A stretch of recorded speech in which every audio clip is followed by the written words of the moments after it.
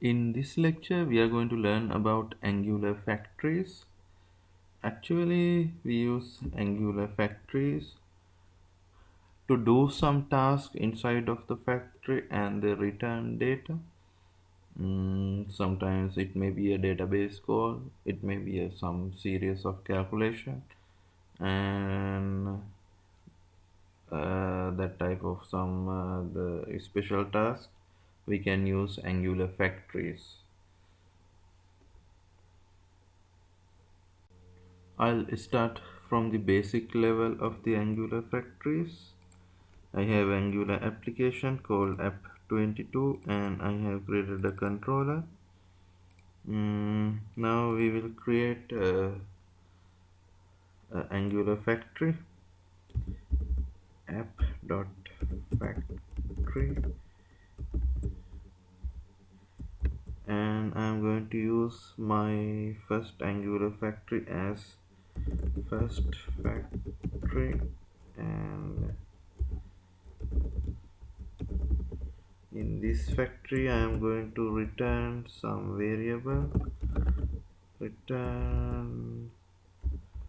I'm going to return name as my first factory, and I'm going to import this factory into the controller. I have to use first factory, and I want to use a scope also. Scope and the first factory. I'm going to create some local variable to the controller scope dot name, and I'm going to equal this scope dot name from to the first factory name, and I'm going to use first factory dot name that equals to the scope dot name, and in the HTML I'm going to out this controller name. I'll out it here as name and see what's happening. Scope dot name function scope, and is there any error? Index.html ng controller name, some error in the coding. First factory, and first factory going to return, oh shit, I used semicolon here. I do not want semicolon because it's going to return this one. Yes, that's the error. You can see my first Angular factory.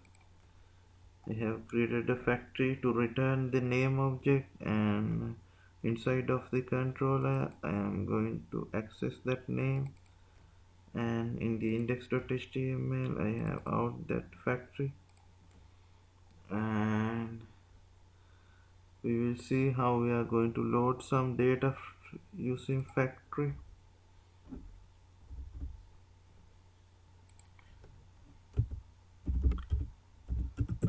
My second factory name is, I'll use second factory, and in this one I'm going to return some function.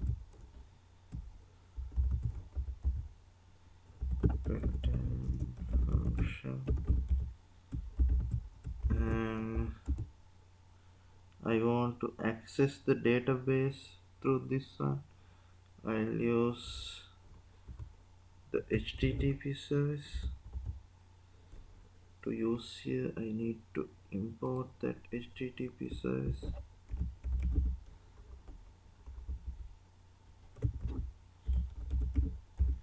I'm going to use get method to retrieve data in the iPhone.json.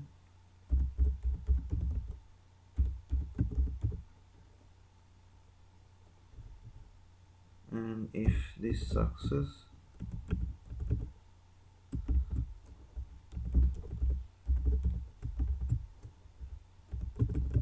return the data, and if error on it,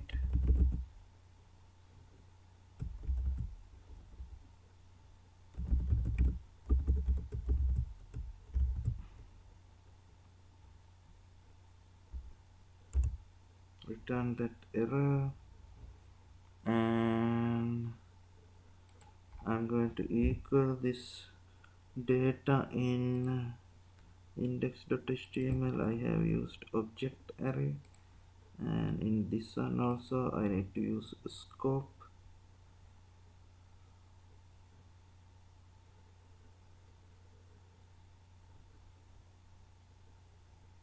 Sorry, I need to return this one. Not want to use scope because this is a factory class, and I need to return with this function. I'll use data. I want to return this data as data, and if there's error, I need to return data as false. And we will see, and I'm going to explain some important factor here.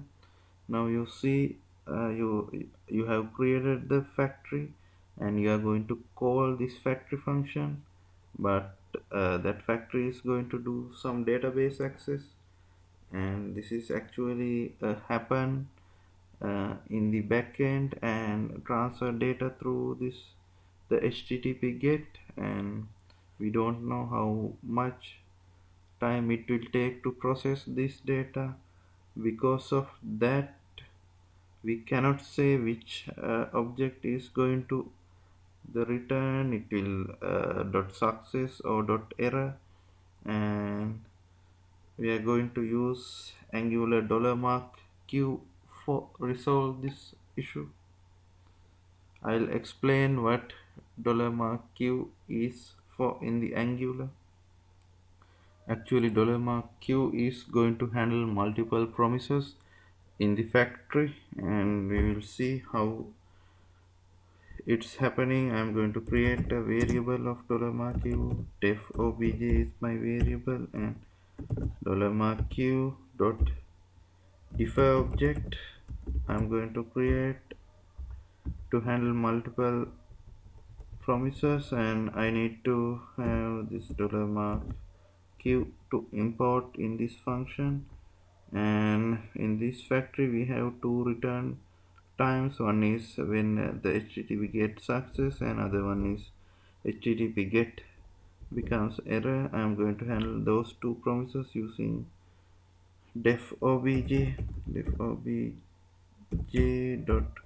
I am going to resolve these multiple promises, and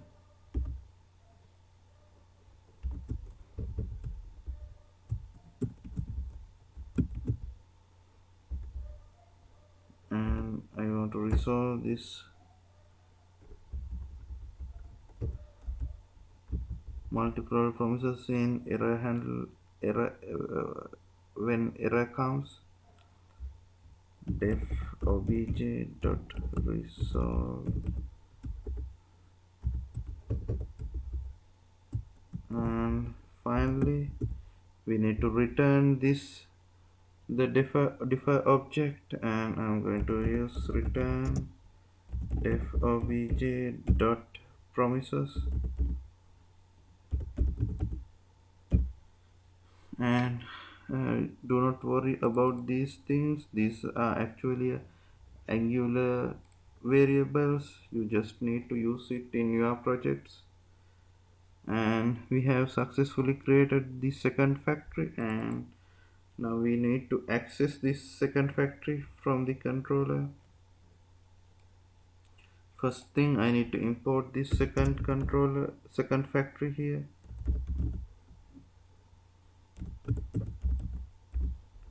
and I need to create some variable to get the result of the factory, and I'm going to call that factory. that's that factory is work as a function because it return a function. I need to call that return function using second factory, and the second factory returns some result, and I need to equal that result dot then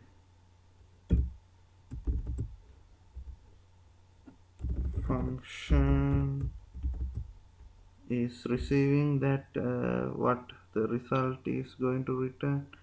I'll use variable as output, and now I need to use this output,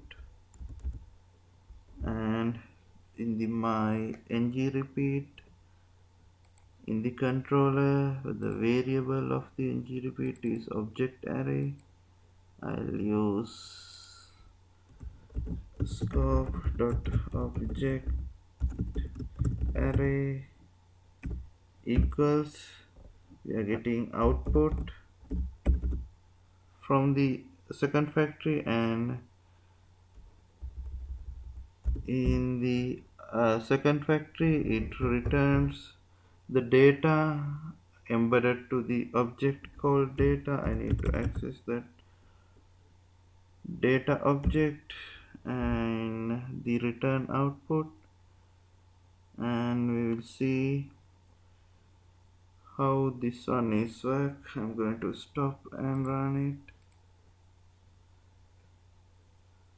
Yes, it stops and running, but there's no output. There may be some error. I'll check. We will check the second factory app.second factory and http get, and second factory. Oops, I have misspelling. Yes, second factory, but still the same error. Second factory,